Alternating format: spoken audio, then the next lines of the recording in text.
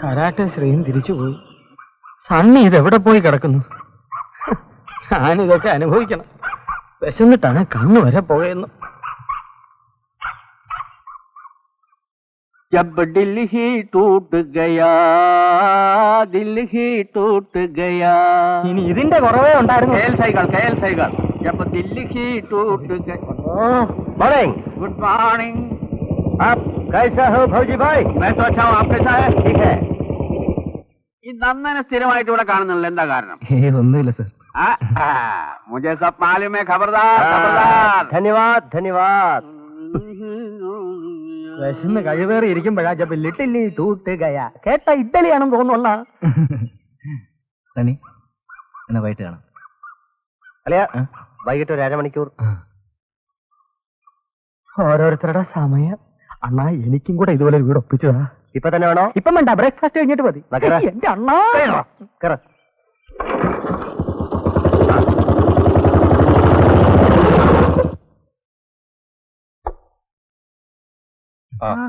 നന്ദം വരൂ ചന്ദ്രല്ലേ അപ്പുറത്ത് കണ്ടു റിസൾട്ട് എന്ന് വരും മോനെ ഒന്നും അറിയില്ലമ്മേ നന്ദന് മുന്നേ ജയിക്കുന്ന കാര്യം പ്രശ്നമല്ലല്ലോ ക്ലാസ് കിട്ടുന്ന കാര്യം മാത്രം ആലോചിച്ചാൽ ടെലിഫോൺ ബിൽ അടച്ചോ ഇന്നലെ അടച്ചു നന്ദന കൊണ്ടുപോയി അടച്ചേ നീ എങ്ങോട്ടാ വെറുതെ ഒന്ന് പുറത്തേക്ക് നന്ദൻ വരുന്ന ഗ്രൗണ്ടിലേക്ക് ഇല്ല ഞാൻ സണ്ണിയെ കണ്ടിരുന്നു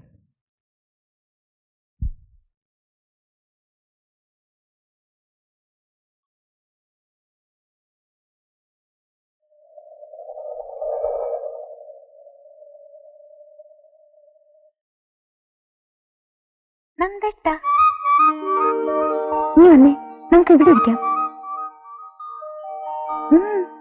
ആരും കാണത്തില്ല വാ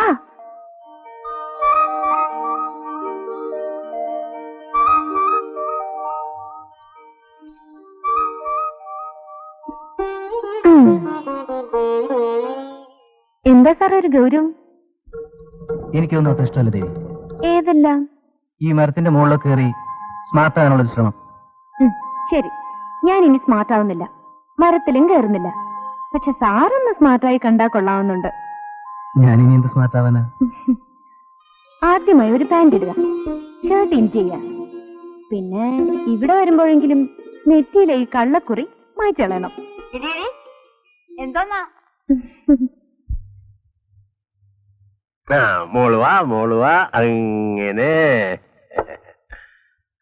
അവൻ കഴിച്ചില്ലേ മോളെ ഇല്ല പച്ച സണ്ണി ഓ വന്നു കഴിച്ചിട്ട് പോടാ അവളെ മെനക്കെടുത്തണമെന്നൊരു വാശി പോയാണല്ലോ വാഷിംഗ് പൗഡർ വരുന്നപ്പച്ച നീ ഇവിടെ ഞാൻ പോയി വല്ലതും കഴിച്ചു അപ്പൊ പിന്നെ ഞാനോ അപ്പച്ചൻ താഴെയുണ്ട് അതുകൊണ്ട് എനിക്കൊന്നും കഴിക്കണ്ടേ നമുക്ക് ഒരുമിച്ച് കഴിക്കാളിയാ ഇന്ന് എന്താ അളിയാ ദോശ മുട്ടക്കറി എന്റെ അണ്ണാ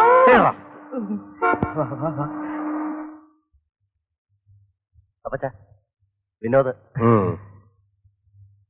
അപ്പച്ചൻ അസൗകര്യമായെന്ന് തോന്നുന്നു ഏയ് ഇവിടുന്ന് പലപ്പോഴും ആഹാരം കഴിച്ചിട്ടുണ്ടെങ്കിലും ഇങ്ങനെ ഇത് ആദ്യമാ എങ്ങനെ അല്ല അപ്പച്ചനുമായിട്ട് ഇങ്ങനെ നമുക്ക് നേരിട്ട് പരിചയപ്പെടാൻ സാധിച്ചില്ലെങ്കിലും എനിക്ക് അപ്പച്ചനെ നേരത്തെ അറിയാം എങ്ങനെ അറിയാം കമ്മീഷണറെ തല്ലിയ കേസില് അപ്പച്ചനാണല്ലോ ഞങ്ങൾ സ്റ്റുഡൻസിന് വേണ്ടി വാദിച്ചത് ഞങ്ങളൊക്കെ അപ്പച്ചന്റെ വാദം കേൾക്കാൻ വരുമായിരുന്നു നല്ല മൊരാന്നിരിക്കും സ്റ്റുഡൻസിന്റെ ഇടയിൽ അപ്പച്ചന് വലിയ പേരാ പേരുണ്ടായിട്ട് എന്ത് കാര്യം നോക്കിക്കണ്ട് നടത്താൻ ആളില്ലെങ്കിൽ ഇത്രയും നാൾ ഉണ്ടാക്കിയ പേരും പ്രാക്ടീസും ഒക്കെ വെറുതെ ആവില്ലേ അതെ അതെ ഞാൻ എപ്പോഴും തന്നോട് ചോദിക്കാറുണ്ട് ഇത്രയും പേരെടുത്ത ഒരു വക്കീൽ അപ്പച്ചൻ ഉണ്ടായിട്ടും നീ എന്താടാ LLBക്ക് പോകാത്തത് ദൈവമേ ഈ സാഹചര്യം എനിക്കുണ്ടായിരുന്നെങ്കിൽ ഞാൻ എന്നേ LLB എടുത്തേനെ ഇനിയിപ്പോ ഒന്നും നടക്കുകയല്ല ഇല്ലേ അപ്പച്ചോ ഏതായാലും താമസിയാതെ എനിക്ക് അപ്പച്ചന്റെ സഹായം വേണ്ടി വരും എന്ത് സഹായം ഒരു 3 മാസം കൂടെ നോക്കും എനിക്കൊരു ജോലി ശരിയായില്ലെങ്കിൽ 1-2 വരെ ഞാനിവിടെ തട്ടും എന്നിട്ട് ഞാൻ അപ്പച്ചന്റെ അടുത്തോട്ട് വരും തൂക്കിക്കൊലയിൽ നിന്നും ജീവപര്യന്തമാക്കി എന്റെ ശിക്ഷ ഇളവ് ചെയ്ത് ധരിപ്പിക്കണം ഇങ്ങനെ ജീവിക്കുന്നതിലും ഭേദം പല ജയിലിലും പോയി കൊഴുക്കട്ടേന്ന് നിന്ന് കിടക്കുന്ന ഞങ്ങൾക്കും അതാ ലാഭം ഇങ്ങനെ 2 ദിവസം പഠിപ്പിച്ചാ ഞാൻ ഫയർ പോലെ ഓടിക്കോണ്ട നേരെ നോക്കി ഓടിക്കാ നേരെ നോക്കി ഓടിക്കേ നേരെയാ നോക്കുന്നത് കുനിഞ്ഞ നേരെയാ നോക്കുന്നത്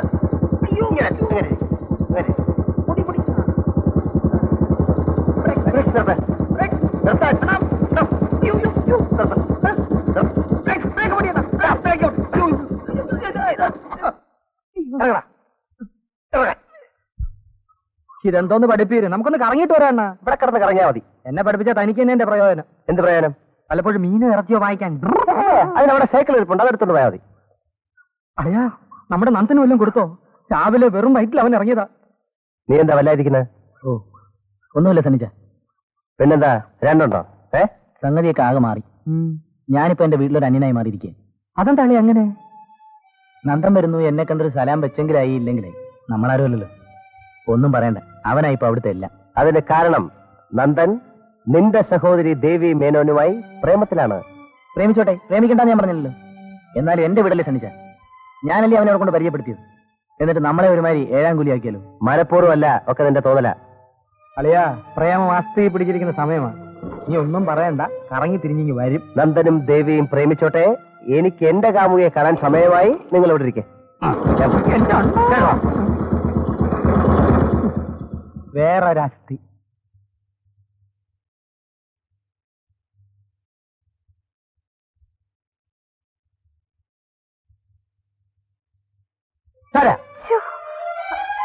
നമുക്ക് പോണ്ടേ? ഞാൻ രാവിലെ അപ്പച്ചനോടും അമ്മച്ചിയോടും ചില കാര്യങ്ങൾ സംസാരിച്ചുകൊണ്ടിരിക്കുകയായിരുന്നു. നമ്മുടെ കാര്യം അവതരിപ്പിച്ചു. എന്ത് പറഞ്ഞു? അപ്പച്ചന് വലിയ കുഴപ്പമില്ല, അമ്മച്ചിക്കാണ് പ്രശ്നം. അമ്മച്ചിക്ക് എന്താ പ്രശ്നം? മറ്റൊന്നുമല്ല, വെള്ളാടി ഇത്തിരി ഓവറല്ലേ എന്നൊരു സംശയം. എനിക്കല്ല, അമ്മച്ചിക്ക്. പറയേ അമ്മച്ചി, എന്റെ ഒരു അവസ്ഥ അമ്മച്ചി മനസ്സിലാക്കണം. ഞാനൊരു പാവ അമ്മച്ചി. പിന്നെ ഇച്ചിരി വെള്ളം അടിക്കും. ഇച്ചിരി എന്നല്ല, സാമാന്യം ഭേദമായിട്ട് കഴിക്കും.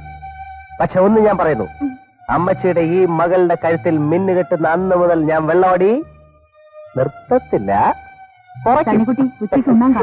ഇല്ലടുത്ത് ഞങ്ങളിന്ന് വെളിയിലാ ഭക്ഷണം. നുണക്കുഴിക്കവിളിൽ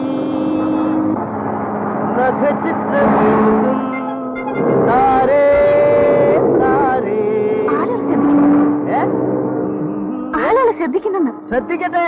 അതിനെന്താ? എന്തിനായിരിക്കണം? നമ്മുടെ ബൈക്ക്, നമ്മുടെ റോഡ്, നമ്മുടെ പാടുന്നു.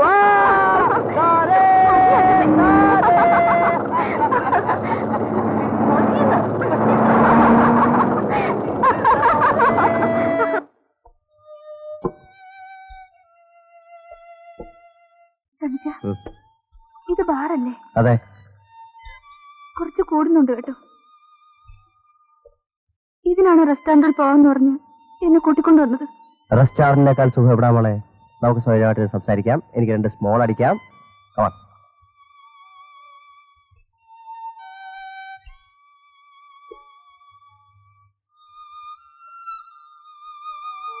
വളരെ കൊയറ്റല്ലേ ഇവിടെ?